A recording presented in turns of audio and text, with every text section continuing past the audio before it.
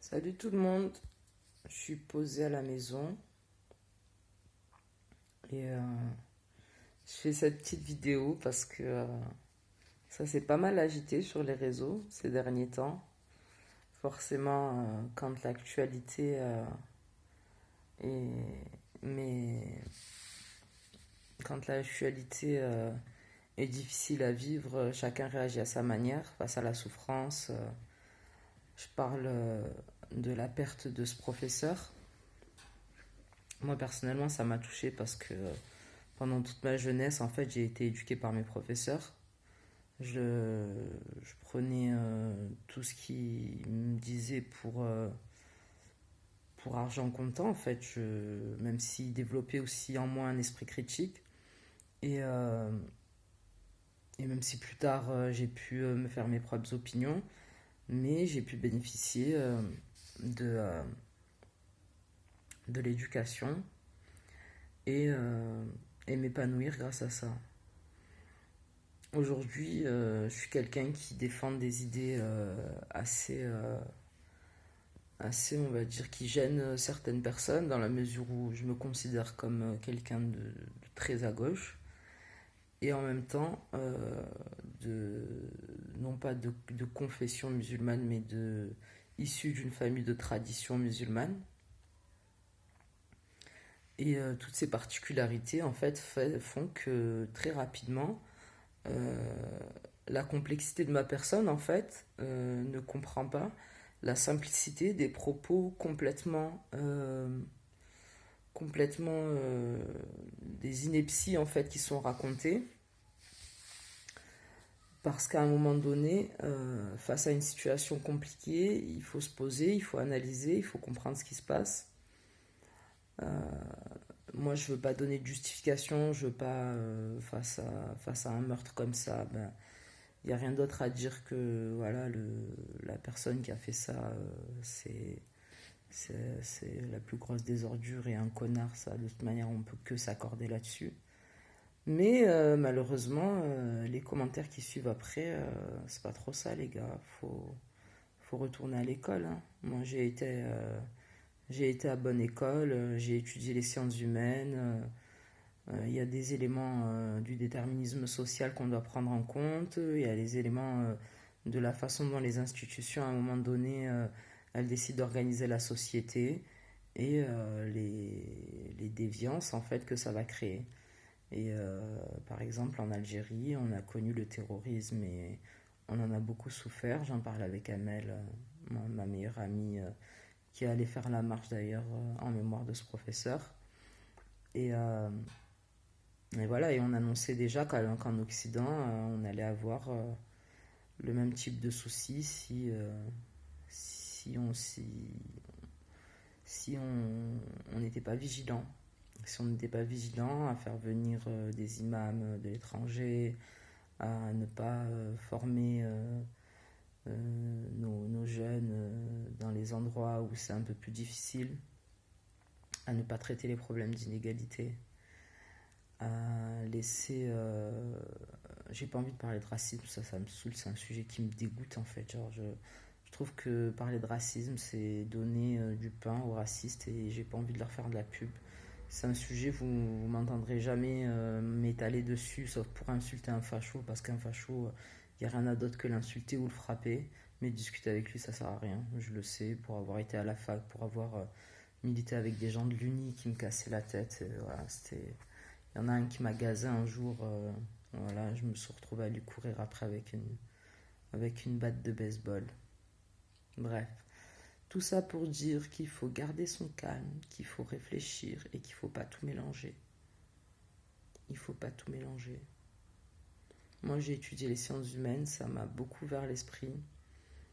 Après, il faut savoir que chacun a son point de vue en fonction de son histoire et de son expérience, mais que parfois il faut s'extraire de son point de vue pour adopter un point de vue global qui comprend des analyses cohérentes et pas des analyses de bistrot. C'est ce que j'appelle des analyses de bistrot. Euh, le terroriste se dit de confession islamiste. tous les Arabes sont tous des islamistes, les Arabes sont tous des terroristes, les Arabes profitent du système social, les Arabes, il y a des Arabes qui gagnent très bien leur vie, il y a des Arabes qui participent à la création de richesses dans ce pays, il y a des Arabes qui sont très bien en France, qui sont très bien intégrés, il y a des Arabes qui bouffent du porc, il y a des Français qui sont convertis à l'islam, vous avez de tout en fait. Et vous avez autant d'islam que de musulmans en fait. Il y a autant d'islam que de musulmans et il y a autant de personnes qui vont pratiquer leur religion parce que c'est une question voilà, c'est de toi vis-à-vis voilà, et des gens, des fois, un jour, pendant un mois, ils vont porter le voile, après, ils vont se mettre en mini-jupe, mais what the fuck, ils font ce qu'ils veulent, tu vois. La foi, la spiritualité, c'est quelque chose d'hyper personnel, et même l'athéisme, je le range dans la catégorie de la spiritualité, parce que vouloir dire que il y a pas de Dieu, ben, c'est une réponse qu'on a le droit d'apporter et qu'on a le droit de croire et qui doit être respectée.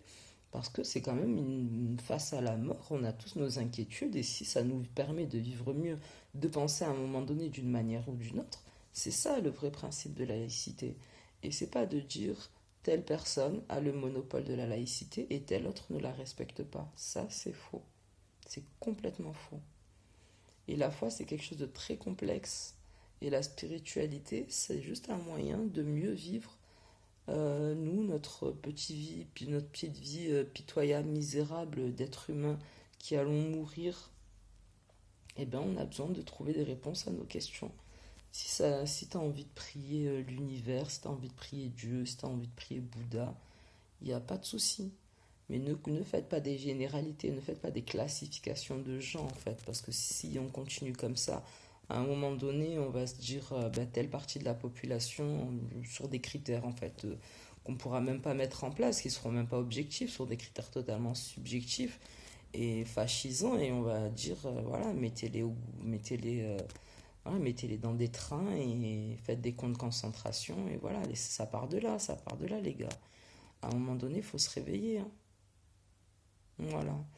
Donc, notamment pour le cinglé là, qui arrêtait pas d'envoyer tous ces mots fachos sur mon profil, qui il devait kiffer sur moi en fait. Genre, sûrement il m'a trouvé jolie et il est complexé. Et souvent, quand t'as une petite bite, ben, c'est pas facile. Ça, c'était la blague méchante. Mais des fois, j'aime bien être méchante parce que il y a souvent cette idée en fait que quand on est issu de l'immigration, on est complexé et genre quand vous nous attaquez et que vous nous dites que vous n'êtes pas chez nous, mais genre mais c'est trop ridicule en fait parce que genre t'es qui pour me dire que t'es pas chez toi? Moi ça me fait trop rire quand on me dit t'es pas chez toi. Je dis oui je suis chez moi et je suis pas chez toi. Je suis là, je vous montre là, c'est chez moi et je suis chez moi en fait. Ça veut rien dire. Ça veut rien dire. Je me suis jamais senti attaqué par quelqu'un qui dit t'es pas chez toi. Parce que pour moi, quelle légitimité il a de dire je suis pas chez moi? Je paye la TVA, je paye pas l'impôt sur le revenu, j'ai des revenus trop modestes. Je paye la TVA, je participe à la création de richesses dans mon pays, je travaille, j'éduque un enfant.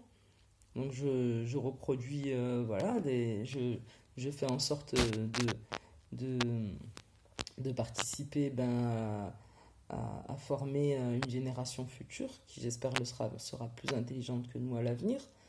Mais voilà quoi, c'est un peu ce que j'avais envie de dire pour apaiser les choses et pour faire comprendre qu'on ne peut pas faire des raccourcis. On ne peut pas faire des raccourcis et ça on le comprend quand on a fait des études. Il y a des complexités, il y a des nuances, il y a beaucoup de choses qu'il faut prendre en compte et c'est important.